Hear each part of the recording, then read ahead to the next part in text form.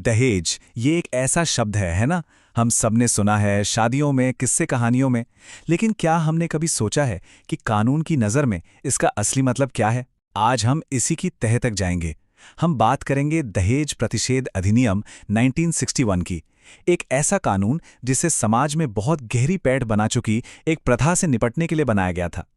तो आज हम क्या क्या समझने वाले हैं? सबसे पहले तो यही कि कानून की नज़र में आखिर दहेज है क्या। फिर देखेंगे कि इसे देने या मांगने पर सज़ा क्या है। एक बहुत ज़रूरी बात पर भी गौर करेंगे, संपत्ति पर महिला का अधिकार। और फिर कानून एक्शन में कैसे आता है ये भी जानेंगे। और आखिर में हम बात करेंगे इसके सबसे भयानक अंजाम की, यानी दहेज मृत्यु की। तो फिर सबसे बड़ा सवाल तो यही उठता है ना, कि आखिर एक शादी के तोहफे और दहेज में कानूनी फ़र्क क्या है? मतलब कहाँ पर एक तोहफा एक गैर कानूनी मांग बन जाता है? सच कहूं तो इसी सवाल का जवाब इस पूरे कानून की बुनियाद है। तो चलिए सीधा कानून की बात करते हैं। इस एक्ट की धारा 2 यानी सेक्शन 2 हमें बताती है कि लीगली दहेज होता क्या है, और इसकी परिभाषा काफी वाइड है, काफी दूर तक जाती है। यहाँ एक एक शब्द बहुत जरूरी है। देखिए, कानून कहता है कोई भी संपत्ति शादी के संबंध में, और जो सबसे हैरान करने वाली बात है वो है शादी के बाद किसी भी समय। इसका मतलब क्या हुआ? इसका मतलब यह है कि अगर शादी के 10 साल बाद भी कोई ऐसी मांग की जाती है जिसका कनेक्शन शादी से है, तो उसे भी कानूनन दहेज ही माना जाएगा। तो फिर क्या दहेज है और क्या नहीं है? देखिए, एक तरफ तो साफ है कि शादी के कनेक्शन में मांगी गई कोई भी चीज वो दहेज है, पीरियड। लेकिन हाँ, कुछ चीजें हैं जो दहेज नहीं है। जैसे मुस्लिम पर्सनल लॉ के तहत जो मेहर दी जाती है वो दहेज नहीं, वो पत्नी का अधिकार है। या फिर ऐसे गिफ्ट्स जो बिना किसी डिमांड के अपनी खुशी से दिए जाएं। और एक और बहुत जरूरी बात, अगर कोई महिला अपने परिवार की जायदाद में अपना कानूनी हक मांगती है तो उसे दहेज की मांग बिल्कुल नहीं कहा जा सकता। अच्छा, तो ये तो समझ आ गया कि दहेज क्या है। पर सवाल ये है कि अगर कोई ये कानून तोड़ता है तो फिर होता क्या है? चलिए अब सजाओं की बात करते हैं। और देखिए, कानून इस मामले में बिल्कुल सख्त है। सबसे पहली बात, सिर्फ दहेज लेना ही नहीं, देना भी जुर्म है। और सजा कम से कम 5 साल की जेल। इतना ही नहीं, अगर सिर्फ दहेज मांगा भी है तब भी 6 महीने से 2 साल तक की सजा हो सकती है।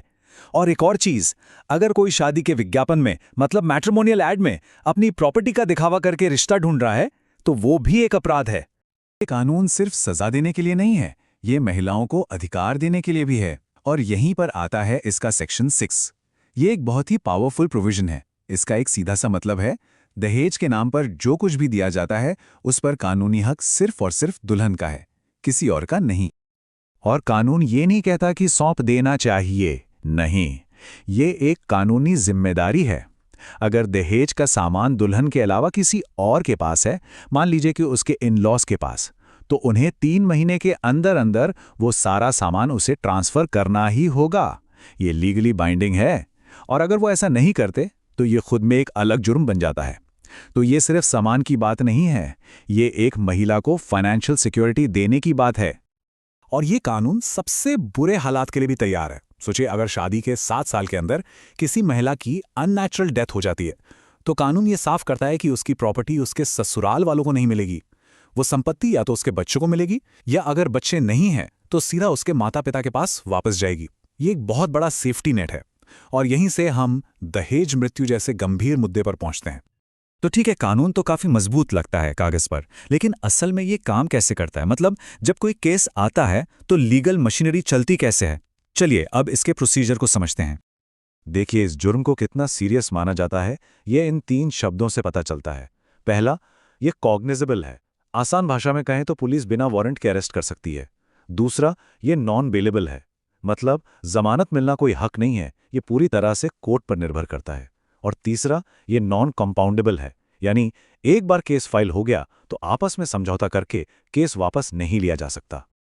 और अब बात करते हैं इस कानून के सबसे अलग और शायद सबसे ताकतवर पहलू की। आमतौर पर क्या होता है, जिसने इल्जाम लगाया है उसे ही साबित करना पड़ता है, इनोसेंट अंटिल प्रूवन गिल्टी, है ना। लेकिन दहेज के मामलों में कानून इस रूल को पलट देता है। यहां बर्डन ऑफ प्रूफ यानी साबित करने का बोझ आरोपी पर होता है। उन्हें साबित करना होता है कि उन्होंने ये जुर्म नहीं किया है। ये बहुत बड़ा कदम है और ये दिखाता है कि कानून इस अपराध को कितनी गंभीरता से लेता है। अब हम इस पूरे डिस्कशन के सबसे दर्दनाक हिस्से पर आते हैं, दहेज मृत्यु। ये वो पॉइंट है जहां डाउरी प्रोहिबिशन एक्ट और देश का मेन क्रिमिनल लॉ यानी भारतीय न्याय संहिता एक साथ आ जाते हैं और एक सामाजिक बुराई, हत्या जैसे संगीन जुर्म में बदल जाती है। तो भारतीय न्याय संहिता की धारा 80 के हिसाब से किसी मौत को दहेज मृत्यु कब माना जाएगा? इसके लिए 3 शर्तें हैं। पहली, मौत अननेचुरल होनी चाहिए, जैसे जलने से या कोई चोट लगने से। दूसरी, ये शादी के 7 साल के अंदर होनी चाहिए।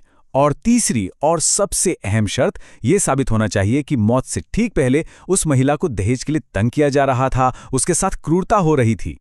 ये जो 7 साल की टाइम लिमिट है, ये ऐसे ही नहीं रखी गई है। कानून ये मानकर चलता है कि शादी के शुरुआती साल किसी भी महिला के लिए सबसे नाजुक होते हैं। इसलिए इस दौरान अगर कोई भी अननेचुरल डेथ होती है तो उसे बहुत ही शक की निगाह से देखा जाता है और दहेज के एंगल से उसकी जांच बहुत गंभीरता से की जाती है।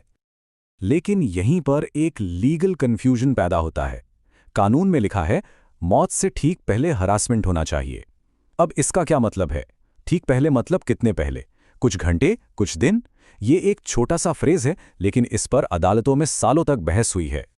और इस कंफ्यूजन को आखिर में सुप्रीम कोर्ट ने 2021 में एक लैंडमार्क जजमेंट में दूर किया। कोर्ट ने कहा कि ठीक पहले का मतलब तुरंत पहले हो, यह जरूरी नहीं है।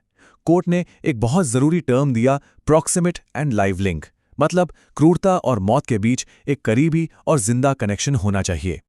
आसान शब्दों में इसका मतलब यह है कि हैरेसमेंट और मौत के बीच का जो लिंक है वो टूटा हुआ नहीं होना चाहिए। मतलब अगर किसी को महीनों से तंग किया जा रहा है और फिर उसकी मौत हो जाती है तो आरोपी ये कहकर नहीं बच सकता कि जी मौत से 1-2 दिन पहले तो हमने कुछ नहीं किया। कोर्ट पूरे पैटर्न को देखेगा, सिर्फ आखिरी कुछ घंटों को नहीं। तो इस पूरे कानून को समझने के बाद आखिर में हम एक बहुत बड़े सवाल पर आके खड़े हो जाते हैं। एक समाज के तौर पर हम एक सांस्कृतिक रस्म और एक आपराधिक मांग के बीच की वो पतली सी लाइन कैसे तय करें? और इससे भी बड़ा सवाल, हम लोगों को उस लाइन को पार करने से कैसे रोकें?